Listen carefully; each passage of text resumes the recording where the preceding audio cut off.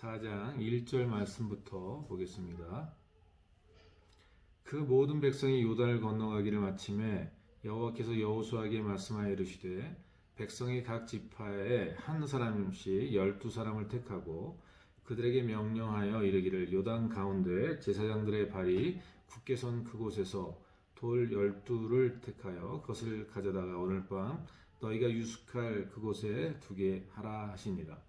여호수아가 이스라엘 자손 중에서 각 지파에 한 사람씩 준비한 그 12사람을 불러 그들에게 이르되 요단 가운데로 들어가 너희 하나님 여호와의 궤 앞에서 가서 이스라엘 자손들의 지파 수대로 각기 돌 한 개씩 가져다가 어깨에 매라. 이것이 너희 중에 표징이 되리라. 후일에 너희 자손들이 물어 이르되 이 돌들은 무슨 뜻이냐 하거든 그들에게 이르기를 요단물이 여호와의 언덕궤 앞에서 끊어졌나니 곧 언약궤가 요단을 건널 때에 요단물이 끊어졌으므로 이 돌들이 이스라엘 자손에게 영원히 기념이 되리라 하라 하니라. 이스라엘 자손들이 여호수아가 명령한 대로 행하여되 여호와께서 여호수아에게 이르신 대로 이스라엘 자손들의 지파의 수를 따라 요단 가운데에서 돌 12를 택하여 자기들이 유숙할 곳으로 가져다가 거기에 두었더라. 여호수아가 또 요단 가운데 곧 언약궤를 맨 제사장들의 발이 선 곳에 돌 12를 세웠더니 오늘까지 거기에 있더라. 네.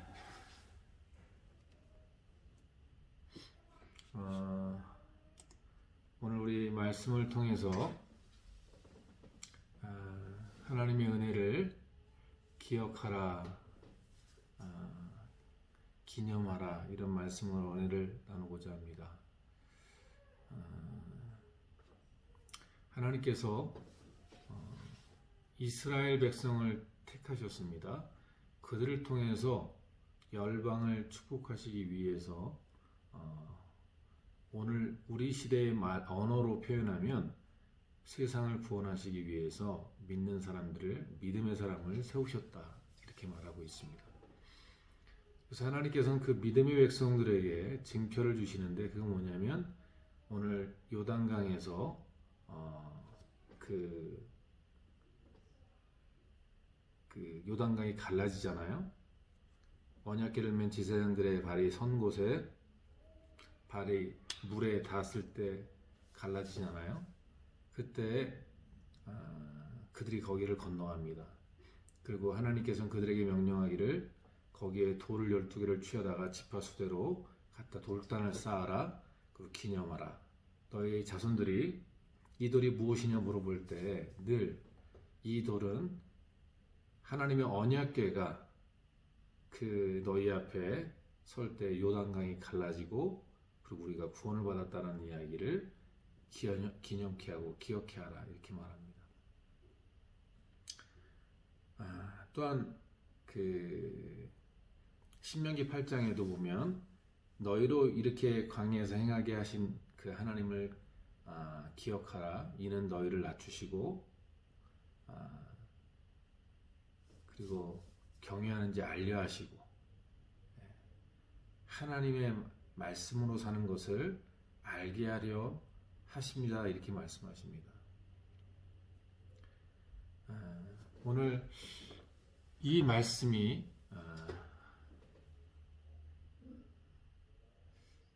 좀 우리 성도님들이 다른 시각에서 바라봤으면 좋겠다라는 생각을 갖고 이 말씀을 준비했는데요. 지금까지는 우리가 하나님으로 말미암아 산다는 것을 그래서 우리는 믿음으로 하나님을 섬겨야 된다 이런 말씀의 시각으로 오늘 나눴다면 오늘은 우리의 삶 가운데 그 하나님의 은혜와 사랑을 되새기며 사는 시각, 그 은혜를 기억하고 사는 시각, 그 감격을 늘 유지하고 사는 신앙에 대해서 이야기를 하고자 하는 것입니다.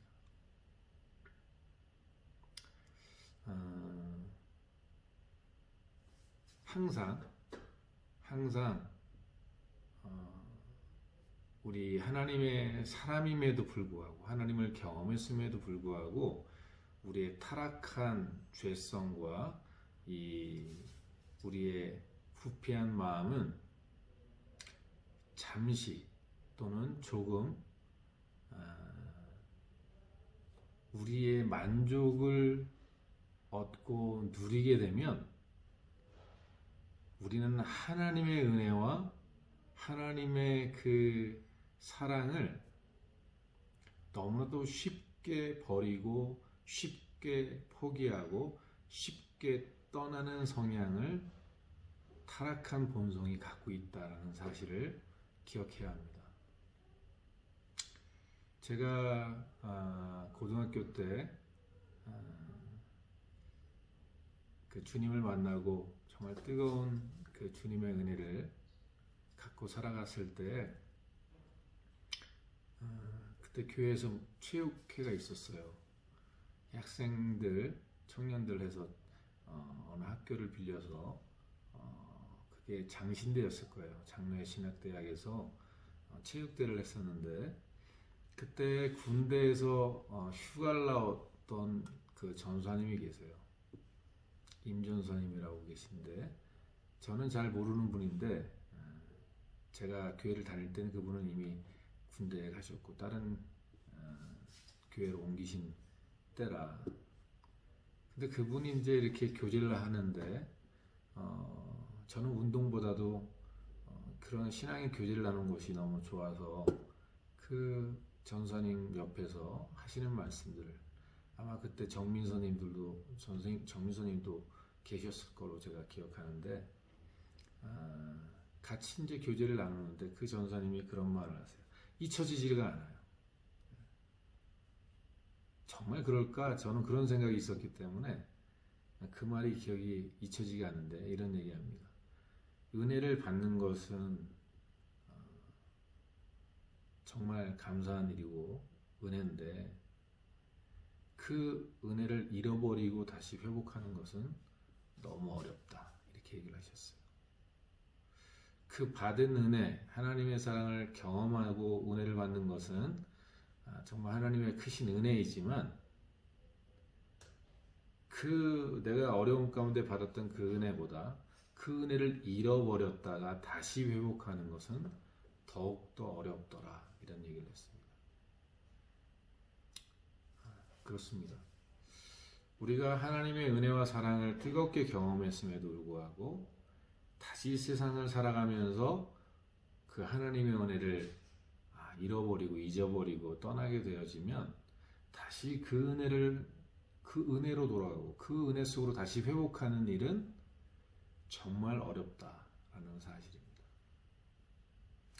저는 지금 와서 그 전사님의 말씀을 지금 목사님이 되셨지만 100%, 200% 동감합니다. 네. 그 뜨겁게 은혜를 경험한 사람들은요, 절대로 나는 변하지 않을 거야. 나는 절대로 이 주님을 떠나지 않을 거야 라고 확신합니다. 왜냐면 너무나도 뜨거우니까요. 너무나도 주님을 사랑하는 마음이 있으니까. 근데 그럼에도 불구하고 우리가 자칫 세상의 삶에 치우치다 보면 그 은혜와 사랑을 상실하게 되는데 그게 나도 모르고 어느 순간에 어떻게 사라진지 모르고 과일로 얘기하면 내용물은 다 시들어버리고 껍데기만 쭈글쭈글 남아있는 신앙인데도 자기가 그런 신앙인지 모르는 상태까지 가더라는 거예요.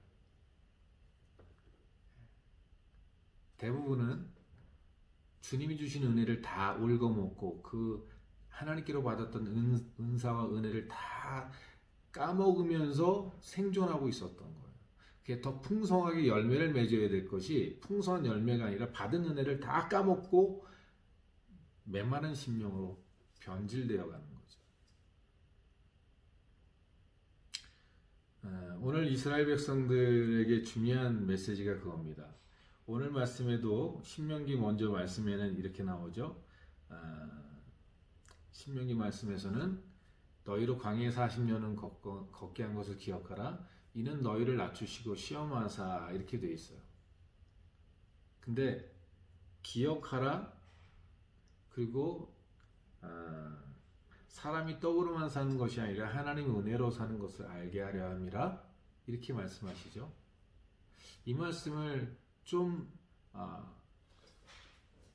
더 들여다보면 애굽에서는 어떻게 살았죠? 애굽에서는 어떤 삶을 살았을까요? 떡으로 사는 거죠. 먹는 걸로 사는 거죠. 돈으로 사는 거죠. 주님으로 사는 게 아니라 광야에선 애굽 사람한테 가서 일해주고 돈 벌어서 먹고 살고 또 같은 유대인의 부자 집에 가서 일해주고 먹고 살고 뭐 자기가 사업을 해서 먹고 살고 다 자기가 돈 벌어서 먹고 사는 일들이잖아요. 그게 하나님으로 말미암아 사는 것이 아니라 어떻게 보면 내 힘으로 내 능력으로 사는 것들 그런 모습의 전형적인 모습이 애굽에서의 삶이죠. 근데 하나님은 그것도 사실은 하나님이 은혜라는 사실을 알게 해주시는 거예요. 너희들이 이렇게 세상에서 애굽 사람의 힘을 의지하고 너희의 지혜를 의지하고 먹고 산 것 같지? 그러나 그게 하나님 은혜였다는 사실을 너희들에게 알려줄 거야. 광야에서의 삶이란 정말 그 기대할 수 없는 것들이죠. 근데 그 기대할 수 없는 것들 속에서 하나님이 그들을 40년 동안 먹이시고 입히시고 발이 부릅지 않고 옷이 헤어지지 않도록 하시는 그 하나님을 경험하면서 이야, 우리 먹고 사는 것이 우리의 힘과 노력 그것인 줄 알았는데 그게 아니라 하나님의 은혜로 말미암는 거였구나. 우리가 일할 수 있었던 건강도 하나님께로 온 것이요. 우리가 일한 것들에 대해서 이렇게 평안하게 살고 전쟁이나 기근이나 이런 것들이 몰아쳐와서 이 피폐한 삶이 아니라 그런 것들을 또한 허락해 주셔서 우리가 이런 것들을 유지하고 있구나. 또 나의 재능과 나의 지식을 알아주는 사람이 있어서 이렇게 우리가 살아가고 있다는 사실을 이 모든 것들 우리의 재물도 하나님의 은혜로 말미암는다는 사실을 이 사실을 온전히 깨닫게 하시는 광야의 훈련이었다. 그러면서 이 이스라엘 백성들에게 말씀합니다. 그 마지막 요단을 지나서 이제 가나안 땅으로 들어가면서 이 결정적인 일이 뭐냐면 언약궤를 맨 선지자들이 제사장들이지만 결국은 언약궤가 딱 물속에 요단강에 들어가자 강이 갈라집니다. 그리고 그들이 그 길을 지나서 갑니다. 이게 무엇을 의미하냐면 하나님의 언약궤가 물에 설 때 우리는 물에 들어가서 죽어야죠. 제사장들이 자 들어갑니다. 이스라엘 백성들도 들어가야 돼요. 근데 이스라엘 백성들이 들어가면 물속에 빠져 죽어야 되는 게 맞는 거죠. 성경에 보면 그때 그 시점에 요단강이 창궐했다 이렇게 남아 있어요. 그러니까 거기 들어가면 죽는 거예요. 휩쓸려가 죽든지 빠져 죽든지. 근데 언약궤가 딱 서는 그때 갈라집니다. 그리고 그 길을 지나갑니다. 이게 뭐냐면 죽음에서 건져주시는 구원이에요. 근데 그게 이 언약궤를 얘기하는데 사실은 이게 예수 그리스도의 모형이죠. 그리스도로 말미암아 예수 그리스도의 언약의 피를 문설주에 바르고 그들은 출애굽을 하게 되잖아요. 그리고 그 예표이신 예수 그리스도의 그 언약궤가 설 때 요단강이 갈라져서 들어가죠. 어린 양의 피는 100% 하나님의 은총행과 은혜라면 전적인 하나님의 은혜라면 요단강에서의 언약궤와 함께 행하는 이 일은 뭐냐면 제사장들이 죽음 죽으리라 내딛고 들어가고 이스라엘 백성들도 죽음은 죽으리라 들어가거든요. 하나님 말씀을 믿고 우리의 믿음과 하나님의 은혜가 같이 함께 역사하는 데가 바로 요단강입니다. 그러면서 결국은 언약궤가 닿을 때 물이 갈라져서 구원받았던 것을 기념하라 이렇게 되어 있습니다. 결국은 이 모든 하나님의 홍해바다와 요단강을 통해서 우리가 기억해야 될 것은 무엇이냐? 우리가 살고 죽고 우리가 먹고 마시고 하는 모든 것들이 하나님의 은혜로 말미암아 되었다는 사실을 기억하는 것입니다. 하나님의 은혜로 사는 것이고 하나님의 은혜로 내가 지금 이렇게 서 있는 것이고 내가 하나님의 은혜로 말미암아 존재하고 있다는 사실을 잊지 않는 것입니다. 저는 사실 어제 우리 아이들과 영어 그 설교를 이렇게 들었어요. 밑엔 자막이 있고 영어 설교를 이렇게 들으면서 제가 좋아하는 그 미국 목사님의 말씀을 이렇게 듣는데 얼마나 큰 은혜가 되고 감동이 되는지 몰라요. 그분의 말씀을 들으면서 제가 와이프한테 밥 먹으면서 그런 얘기를 했어요. 저분과 나하고 같은 거는 같은 것을 보고 있고 같은 것을 이야기하고 있다. 근데 저분하고 나하고 또 다른 점이 있다. 그 다른 점은 뭐냐면 저분은 나는 그것을 알고 말하고 있고 저분은 그것을 살아내고 있다. 이렇게 얘기를 했어요. 그분은 그것을 누리고 살아가고 그 삶에서 누리고 있는 그런 삶의 고백이라면 나는 깨달은 것을 이야기하는 수준에 밖에 되지 않는구나 라는 생각을 가졌습니다.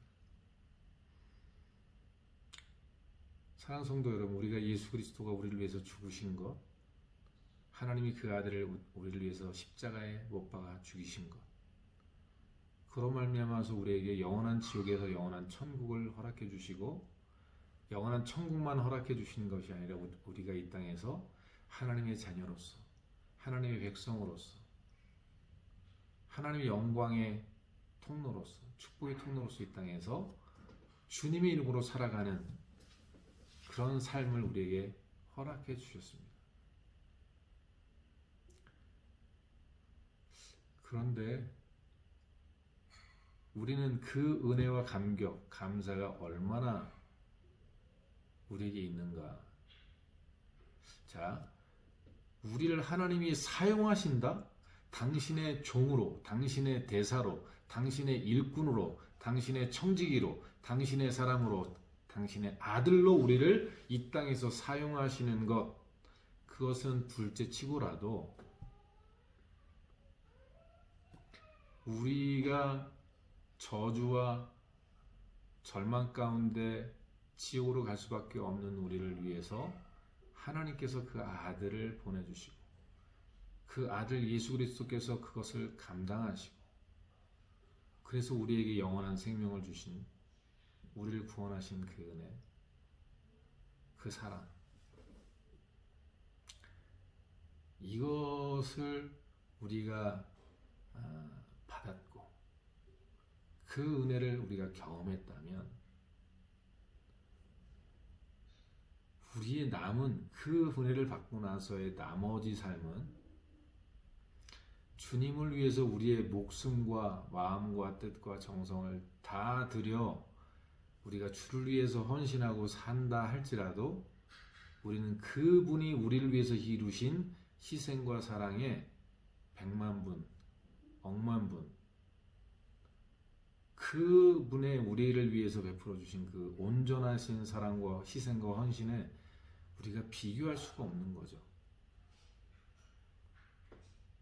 그 은혜를 증거하고 그 은혜를 나누고 그 은혜로 그 기쁨으로 살아가는 그 은혜야말로 우리가 그 하나님의 영원한 구원과 구속, 그분이 치루신 희생과 헌신, 그 하나님의 그 크신 은혜와 사랑을 우리가 받았다면 우린 평생에 그것을 말하고 고백하고 누리고 살아가도 그것은 말할 수가 없어야 되는 거예요. 그것은 너무나도 큰 은혜이기 때문에 이 세상에 내가 받은 은혜, 그 모든 은혜를 더한다 할지라도 그 은혜와 비교할 수 없다는 사실을 깨닫게 되는 거죠. 내가 사형 선고를 받았는데 내일 죽어야 되는데 누군가 나를 대신해서 죽었다. 우리가 그 은혜를 생각할 때 그 사람에 대해서 어떻게 마음에 새기고 살 것인가에 대해서도 우리의 마음이 그 감격을 이루 말할 수 없을 텐데 하나님께서 하늘의 보좌를 버리고 그 모든 권세를 버리고 낮고 천한 이곳에 와서 우리의 그 모든 죄를 짊어지고 죽으셨다라는 사실을 우리가 깨닫고 구원받았다면 믿고 구원받았다면 어떻게 그 은혜를 우리가 잊고 그 은혜를 다른 것들과 바꾸어 살아갈 수 있겠냐는 거죠. 근데 우리는 그러한 죄성과 그러한 악을 타락한 이유 갖고 있는 존재라는 사실을 이스라엘 백성들이 증거하고 오늘 우리 수많은 크리스찬들이 경험하고 있는 사실입니다. 사랑하는 성도 여러분, 이러한 때 주님이 우리에게 원하시는 것이 무엇일까? 우리가 가나안 땅을 점령해서 그곳에서 잘 먹고 잘 사는 것이 하나님의 뜻이었을까? 하나님이 정말 원하시는 것은 하나님께서 우리에게 어떠한 존재인지를 인식하고 그분이 그러한 존재가 우리를 위해서 어떠한 희생과 사랑을 베푸시는가를 우리가 받았다면 우리의 남은 주님 앞에 서는 그날까지의 모든 삶은 그것도 아주 짧은 인생인데 우리의 짧은 인생을 가지고 그 영원한 생명을 얻고 영원한 나라를 우리가 얻는다라고 생각하면 우리가 잠시 머물다가는 아파트 하나 얻는 것도 기뻐하고 즐거워하는데 그것을 얻기 위해서 온 생애를 투자해서 그런 삶을 추구하고 살아가는 우리 인생인데 영원한 우리가 50년을 주인 노릇하고 살다가 놓고 가야 될 이런 세상의 것들과 비교할 수 없이 영원이라는 하나님의 나라와 천국과 생명을 우리가 얻었음에 어떻게 그 은혜를 우리가 기억하고 기념하고 그 은혜의 감격이 우리 안에서 사라지게 할 수 있냐는 것입니다. 이스라엘 백성들은 그것을 상실하고 살아갔습니다. 오늘날 수많은 크리스찬들도 상실하고 살아갑니다. 주님은 오늘 말씀을 통해서 그것을 보여주시는 거예요. 기념하라, 기억하라. 우리가 어떤 삶을 살다가 구원받았는지, 어떠한 결과를 우리가 받아야 되는지, 그럼에도 불구하고 거기서 누가 어떻게 우리를 구원해 내셨는지를 기억하고 기념한다면 그분의 은혜와 사랑이 우리 안에 늘 머물게 되는 거죠. 나를 위하여 죽으시고 나를 위하여 치루신 그 사랑과 은혜를 우리가 마음속에 늘 축척히 적셔져 있다면 어찌 우리가 이 땅을 살아가면서 주님을 위해서 당하는 고난을 불평하거나 내가 주님을 위해서 당하는 희생을 우리가 원망과 불평으로 돌릴 수 있겠습니까? 주님이 나를 위해서 치루신 그 사랑이 내 안에 있다면 우리 넉넉히 감사하죠. 주님이 당하신 나를 위해서 당하신 그 고난 나를 위해서 치루신 그 희생과 사랑 내가 받았는데 이까짓 것 하나 내가 주를 위해서 못하겠습니까? 당연히 기쁘게 하죠. 여러분 이게 초대교회 순교자들의 심령이었고요. 지금까지 이 땅에 있었던 수많은 선교사들이 순교자들이 갖고 있었던 마음입니다. 이 주님의 은혜와 사랑이 그 안에 너무나도 충만해서 자신의 젊음을 선교로 희생의 제물로 바쳤던 수많은 선교사들, 수많은 순교자들 그게 이 주님의 은혜 가운데 있었기 가능합니다. 이분들은 늘 이 주님의 십자가와 그 사랑과 그 은혜가 그 안에 늘 충만한 삶을 살아갔던 거예요. 오늘 저는 우리 사랑하는 한신교회 성도들이요. 회복의 과정으로 우리가 지금 들어가고 있잖아요. 네, 사도행전에도 보면 베드로 사도가 그런 말 합니다. 악한 길에서 떠나 주 예수 너희 죄를 회개하고 그리고 주 예수의 이름으로 세례를 받고 그 다음에 죄사함을 받으라. 그래야만 성령을 선물로 주시리라 이렇게 되어 있거든요. 이제 내적인 권능이 임하는 거죠 우리 안에. 근데 그 과정에 보면 뭐가 있냐면 예수 그리스도의 이름으로 세례를 받는 이 과정이 있어요. 이건 뭐냐면 나를 대신해서 예수님이 죽으심으로 그분이 죽고 내가 사는 거예요. 근데 그분 안에서 내가 사는 거예요. 내가 죽어야 될 그 자리에 그분이 죽으심으로 나는 구원받는 거죠. 그래서 예수의 이름으로 세례를 받는 거예요. 그래서 이제 내가 사는 것이 아니라 이제는 내가 주님을 위해서 사는, 그의 뜻대로 사는, 그분이 내 안에서 사는 이 일이 되어지는 거죠. 왜? 이제 나는 죽었잖아요. 그분의 그 크신 은혜와 사랑으로 죽은 내가 되었기 때문에 이제 내 삶은 나를 위해서 살 수가 없는 거예요. 왜? 그분을 위해서 살 수밖에 없어요. 나를 위해서 죽으신 그분을 위해서 주님 내가 무엇을 할까요? 내가 주를 위해서 어떻게 살까요? 나를 위해서 이 큰 구원과 사랑을 베푸시기 위해서 당신이 치르신 이 희생과 사랑을 내가 어떻게 보답할까요? 그러니 나 김동완이 이미 그때 죽은 거죠. 이제는 내가 사는 것이 아니라 내 안에 그리스도가 살고 이제는 내 삶을 주를 위해 사는 거죠. 그분을 위해 사는 거죠. 근데 그렇게 살았던 저도요. 시간이 지나면서 어떤 일이 벌어지냐면 주님을 위해서 산다고 하는 미명하에 내가 살아가고 있더라. 내 만족을 위해서, 나의 이름을 위해서, 내 명예를 위해서, 나의 유익을 위해서 살아갈 때가 나도 모르는 무의식 중에 깔려 있는 거예요. 그게 어떻게 증명이 되냐면 그분의 은혜와 사랑은 내 안에 없어요. 사라지고 있어요. 식어지고 있어요. 나를 위해서 죽으신 그분의 사랑과 은혜가 내 안에 점점 식어지고 사라지고 있는 거예요. 그러면 어떤 일이 벌어지냐? 종교화돼요. 이전에는 어떻게 하면 이 놀라운 사랑을 나눠줄 수 있을까? 어떻게 하면 이 큰 은혜를 저 사람들도 알 수 있을까? 막 이런 마음으로 섬기고 나갔다면 이제 종교인을 바뀌어서요. 형태를 갖춰가지고요. 나 11조, 주일 예배 성실하게 진행하면서 그러면서 사업하고 여행하고 즐기고 살아가면서 내 만족, 내 유익, 그분의 그 뜨거운 사랑이 내 안에서 열망을 만들어내고 그 주님의 그 뜨거운 사랑이 어떻게 하면 이 주님을 더 비춰줄 수 있을까? 어떻게 하면 저들도 이 주님을 만나서 구원받을 수 있을까? 이 열망과 사랑이 그게 주님의 마음이죠. 그것을 아는 거죠. 주님이 무엇을 원하시는지 아는 거죠.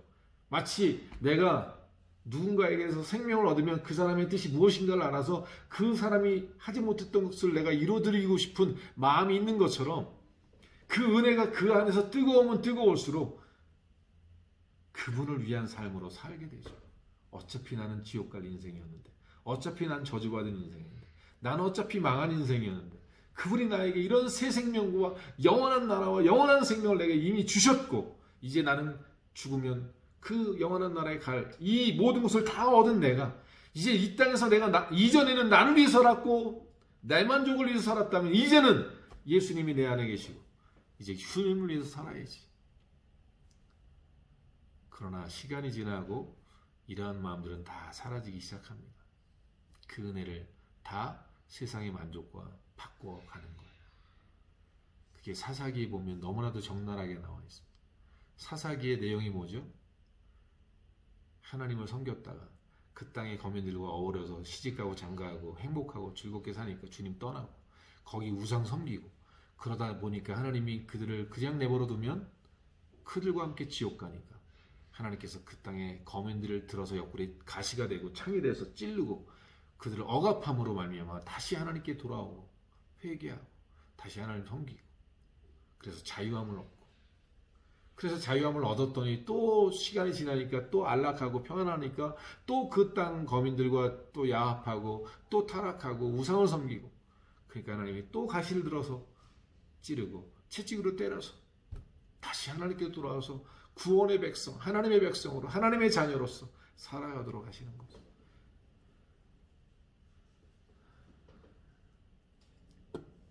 사랑하는 성도 여러분, 크리스찬의 참된 능력은요, 이 주님의 사랑이 우리 안에 뜨거워지는 것입니다. 주님의 은혜가 우리 안에서 식어지지 않는 것입니다.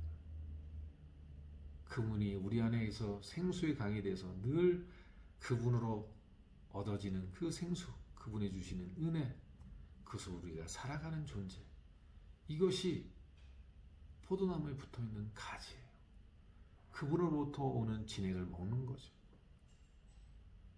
이것을 우리가 상실하게 되는 날부터 우리는 능력도 상실하고 마침내 그 모든 것이 고갈되는 그날 우리는 우리의 생명마저도 잃어버릴 수 있다는 사실을 기억해야 합니다.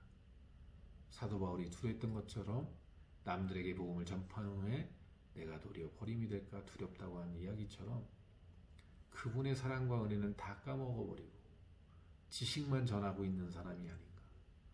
크게 김동환 목사의 현 주성가 정말 주님 앞에 두렵고 떨리고 마음이 참 하나님 앞에 너무 죄송하고 아픔을 고백하지 않을 수가 없습니다. 사랑하는 성도 여러분, 생명은 머리에 있지 않고 가슴에 있습니다. 사랑도 머리에 있지 않고 가슴에 있습니다. 이것이 식어지면 죽는 것입니다. 이것이 사라지면 그 관계는 깨어지는 것입니다. 오늘 우리가 다시 한번 이 말씀을 통해 회복의 자리로 가고 주님의 그 능력으로 체험받는 자리로 나아가는 그 회복의 자리에서 우리가 함께 회복될 수 있는 그것은 하나님의 그 은혜와 사랑이다. 그 십자가의 사랑이다. 사도 바울이 다른 모든 것을 다 잃어버리고 오직 예수 그리스도와 그의 십자가를 사랑했던 것처럼 그것만을 붙잡고 살았던 것처럼 그것이 능력이었던 것처럼 여러분 그게 어리석은 것 같으나 그게 하나님 믿는 사람들한테는 능력이에요. 하나님의 역사가 나타나거든요. 십자가 안에 거하는 사람들, 십자가를 붙잡고 예수 그리스도와 함께 사는 사람들은 이 땅에서 하나님이 돕고 능력과 지혜로 이 세상의 빛을 발하게 하시는 거거든요. 사랑하는 우리 한시 성도 여러분, 다시 한번 우리의 마음을 돌이켜서 냉랭한 우리의 마음, 주님 앞에, 하나님 앞에 식어져 있는 우리의 마음들, 우리가 부부간에도 마음이 식어지면 마음이 아픈 것처럼 부모와 자식 간에도 그 마음이 식어지면 마음이 아픈 것처럼 하나님과 우리 사이에 식어져가는 우리의 마음들 다시 뜨겁게 회복하는 그런 은혜의 자리로 나아가는 우리 모두가 되길 주의 이름으로 간절히 축원합니다. 기도하고 마치겠습니다. 좋으신 하나님 아버지,